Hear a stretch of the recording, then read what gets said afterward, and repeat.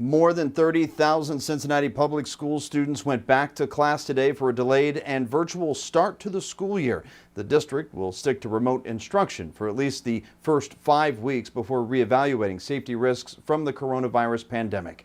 Good evening and thank you so much for joining us. I'm Craig McKee. We have a lot of news to talk about. We certainly do, Craig. I'm KRISTYN Hartman. WCPO 9 News reporter Josh Bazan spoke with educators and a family about the unusual first day back. I will say it's very different from last year. In a normal year, Marsha Thornton would take back to school photos before putting her two sons on their buses and saying goodbye.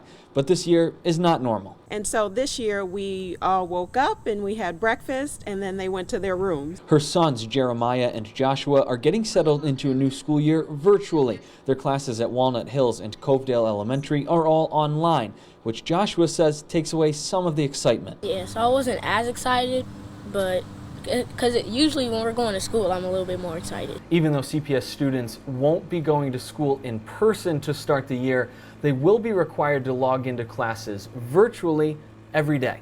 It's an interesting time. We had to pivot midstream to make this happen, but I think it went pretty well. At Evanston Academy and CPS, teachers were able to connect with most of their students today, but staff is tracking down some families now to make sure they pick up devices to participate in virtual learning. We're breaking down barriers so kids can get the instruction that they need on a day-to-day basis. So I do think the virtual learning this time will be better than it was when we didn't have a plan, right? So when we first started this, it was very reactionary. Thornton says virtual learning has gone smoothly for her kids so far, and she appreciates both the clear and robust class schedules and that teachers are setting aside time for students to step away from the screen. But the entire family hopes they can safely get back to normal classes soon. We're just adapting and being flexible and hoping that this coronavirus thing will end sooner than later.